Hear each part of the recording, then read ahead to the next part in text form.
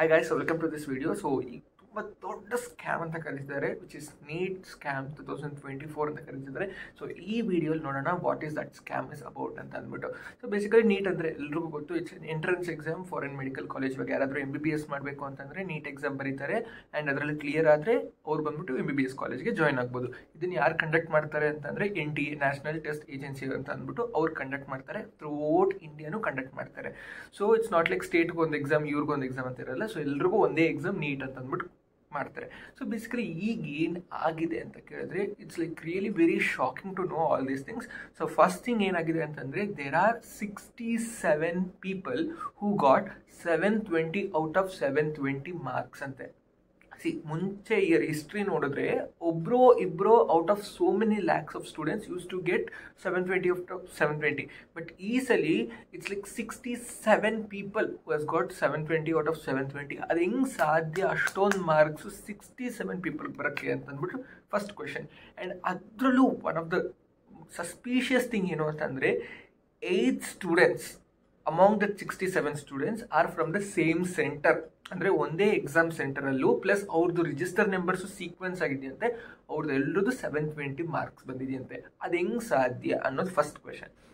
Second question is that there are like so many people who got 718 and 719 marks out of 720 marks. ನೀಟಲ್ಲಿ ಹೆಂಗೆ ಅಂತಂದರೆ, ಒಂದು question ಕರೆಕ್ಟಾಗಿ ಬರೆದ್ರೆ 4 ಮಾರ್ಕ್ ಕೊಡ್ತಾರೆ, ಒಂದು ಕ್ವೆಶನ್ ತಪ್ಪಾದರೆ -1 ಕೊಡ್ತಾರೆ.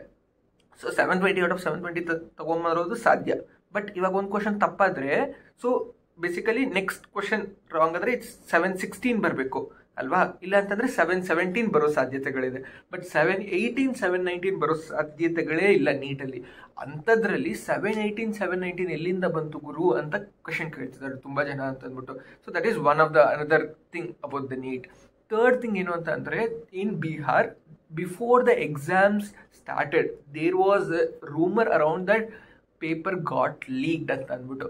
So this paper got leaked ಅಂತ ಹೇಳಿದ್ರು. ಆ್ಯಂಡ್ ದೆನ್ ಟೆಲಿಗ್ರಾಮ್ ಚಾನಲ್ಸ್ ಎಲ್ಲ ಇದು ಪ್ಯಾಟ್ರನ್ ಆಗಲಿ ಕ್ವೆಶನ್ಸ್ ಆಗಲಿ ಆಲ್ರೆಡಿ ಬಂದಿದೆ ಅಂತ ಹೇಳಿದರು. ಸೊ ಪೇಪರ್ ಲೀಕ್ ಅಂತ ಹೇಳಿದ್ರು. ಬಟ್ ಅಲ್ಲಲ್ಲೇ ಮುಚ್ಚಿಬಿಟ್ರು. ಈ ಥರ NTA gave a conclusion that ಏನು ಲೀಕ್ ಆಗಿಲ್ಲ, ಎಲ್ಲೂ ಲೀಕ್ ಆಗಿಲ್ಲ ಅಂತ ಅಂದ್ಬಿಟ್ಟು. So those questions and the original questions did not match ಅಂತಲೂ ಹೇಳಿ ಮುಗಿಸ್ಕೊಂಬಿಟ್ರು. But still it's a question that did it leak, did NTA people cover up everything ಅಂತ ಅಂದ್ಬಿಟ್ಟು. ಆ್ಯಂಡ್ ದ ನೆಕ್ಸ್ಟ್ ಥಿಂಗ್ ಏನು ಅಂತಂದರೆ, ಗ್ರೇಸ್ ಮಾರ್ಕ್ಸ್ ಕೊಟ್ಟಿದ್ದಾರಂತೆ.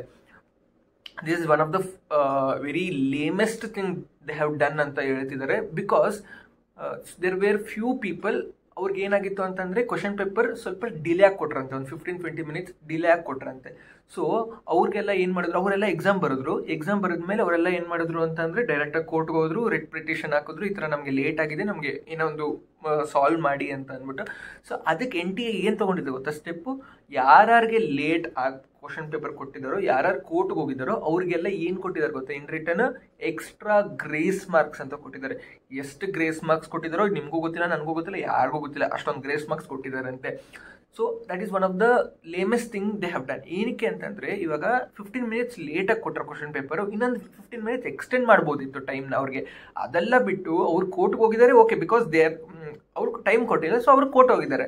ಕೋರ್ಟ್ಗೆ ಹೋಗಿ ಅವರು ನಾರ್ಮಲೈಸೇಷನ್ ಮಾಡಬೇಕು ಮಾರ್ಕ್ಸ್ನ ಅಂತ ಅಂದ್ಬಿಟ್ಟು ಹೇಳಿ ಅವ್ರ ಗ್ರೇಸ್ ಮಾರ್ಕ್ಸ್ನ ಅನೌನ್ಸ್ ಮಾಡಿದಾರಂತೆ. Which is very unfair thing. Because ಅಲ್ಲಲ್ಲಿ ನೀಟ್ ಎಕ್ಸಾಮ್ನ ಕ್ಲಿಯರ್ ಮಾಡಬೇಕು ಅಂತ ಎಷ್ಟೊಂದು ಜನಕ್ಕೆ ಹೋಪ್ ಇರುತ್ತೆ. ಒಂದೊಂದು ಮಾರ್ಕಲ್ಲಿ ಕಾಲೇಜ್ ಸಿಗಲ್ಲ, ಒಂದೊಂದು ಮಾರ್ಕಲ್ಲಿ ರ್ಯಾಂಕ್ ಮಿಸ್ ಆಗುತ್ತೆ, ಒಂದೊಂದು ಮಾರ್ಕಲ್ಲಿ ಏನು ಕಟ್ ಆಫ್ ಮಿಸ್ ಆಗುತ್ತೆ. ಅಂಥದ್ರಲ್ಲಿ ಇವ್ರಿಗೆ ಸುಮ್ಮನೆ ಬೇಗ ಬಿಟ್ಟು ಅಂತಂದ್ಬಿಟ್ಟು ಗ್ರೇಸ್ ಮಾರ್ಕ್ಸ್ ಕೊಟ್ಟಿದ್ದಾರಂತೆ.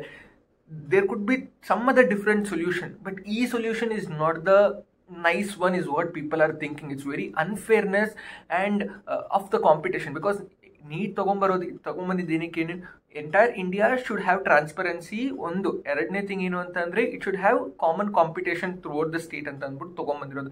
ಅದರಲ್ಲಿ ಇವ್ರು ಸುಮ್ಮನೆ ಗ್ರೇಸ್ ಮಾರ್ಕ್ಸ್ ಕೊಟ್ಬಿಟ್ಟು ಬೇರೆಯವ್ರಿಗೆ ಏನು ಅನ್ಸ್ಬಾರ್ದದು, ಬಿಕಾಸ್ ಒನ್ ಮಾರ್ಕ್ ಮ್ಯಾಟರ್ಸ್. ಅಂಥದ್ರಲ್ಲಿ ಇವ್ರು ಸುಮ್ಮನೆ ಬೇಕಾಬಿಟ್ಟು ಅವ್ರು ಆನ್ಸರ್ ಮಾಡ್ತಾರೋ ನಮಗೆ ಗೊತ್ತಿಲ್ಲ, but still they have given the grace marks, which is again one of the undigestable thing ಅಂತ ಅನ್ಬೋದು. ಆ್ಯಂಡ್ ನೆಕ್ಸ್ಟ್ ಇನ್ನೊಂದು ಏನು ಅಂತಂದರೆ, very suspicious thing is, June 20th around results ಬಿಡಬೇಕಿತ್ತು ನೀಟ್ ಎಕ್ಸಾಮ್ದು. ಅಂಥದ್ದು June 4th ಬೆಳಗ್ಗೆ ಆನ್ಸರ್ ಕೀ ರಿಲೀಸ್ ಮಾಡಿದ್ದಾರೆ. ಅವತ್ತಿನ ದಿನನೇ ರಿಸಲ್ಟ್ ಅನೌನ್ಸ್ ಮಾಡಿದ್ದಾರೆ. So parents are thinking that why did they announce few days before it self is the question. ಆ ಟೈಮಲ್ಲಿ ಎಲ್ಲ ದೊಡ್ಡ ದೊಡ್ಡ ಅಫಿಷಿಯಲ್ಸ್ ಎಲ್ಲರೂ ಗೌರ್ಮೆಂಟ್ ಎಲೆಕ್ಷನ್ಸಲ್ಲಿ ಬ್ಯುಸಿ ಇರ್ತಾರೆ. ಸೊ ದಟ್ ಏನೇ ಒಂದು ರಿಸಲ್ಟ್ ಬಂದರೆ ಕೂಡ ಯಾರಿಗೂ ಗೊತ್ತಾಗಬಾರ್ದು, ಎಸ್ಕಲೇಟ್ ಆಗಬಾರ್ದು, ಅಫಿಷಿಯಲ್ಸ್ ಗೊತ್ತಾಗಬಾರ್ದು ಅಂತ ಅಂದ್ಬಿಟ್ಟು June 4th ರಿಲೀಸ್ ಮಾಡಿದ್ರೆ ಅನ್ನೋದು again one of the biggest question as by the parents. So ಇಷ್ಟೆಲ್ಲ ನಡೆದಿದೆ. ಸೊ ಎಷ್ಟು ಕಷ್ಟ ಆಗುತ್ತೆ ಅಂತಂದರೆ, ತೊಗೊಂಬಂದರು ಟಫ್ ಕಾಂಪಿಟೇಷನ್ ಅಂತಾರೆ ಇಂಡಿಯಾಲಿ. MBBS ಕಾಲೇಜ್ ಜಾಯ್ನ್ ಆಗಬೇಕು ಅಂದ್ರೆ ವೆರಿ ವೆರಿ ಡಿಫಿಕಲ್ಟ್. ಅಂಥದ್ರಲ್ಲಿ ಗ್ರೇಸ್ ಮಾರ್ಕ್ಸ್ ಕೊಡೋದು, ಪೇಪರ್ ಲೀಕ್ ಮಾಡೋದು, 718 719 ಬರೋ ಸಾಧ್ಯತೆಗಳೇನು, ಮತ್ತು June 4th ರಿಸಲ್ಟ್ಸ್ ಬಿಡೋದು ಏನು, ಇದೆಲ್ಲ which is very very suspicious. Throughout India people are suffering about this. At least I think there should be some justice given to the students at least. So people are asking for a re-exam. People are saying that whatever the decision they have taken regarding the grace marks should be removed and there should be something else to be done for that. And ಈ ಥರ ತುಂಬ ಬರ್ತಿದೆ ಒಂದೊಂದು news ಆಗಿ. Let's see, let's await what will happen, what will the NTA will take decision ಅನ್ನೋದು. And what are your thoughts? Did you also face something like this issue ಅನ್ನೋದನ್ನ please comment in the section. And what would be the better solution ಅನ್ನೋದನ್ನು ಕೂಡ comment ಮಾಡಿ ಸೆಕ್ಷನಲ್ಲಿ. Thank you. Please like, share and subscribe. Thank you all.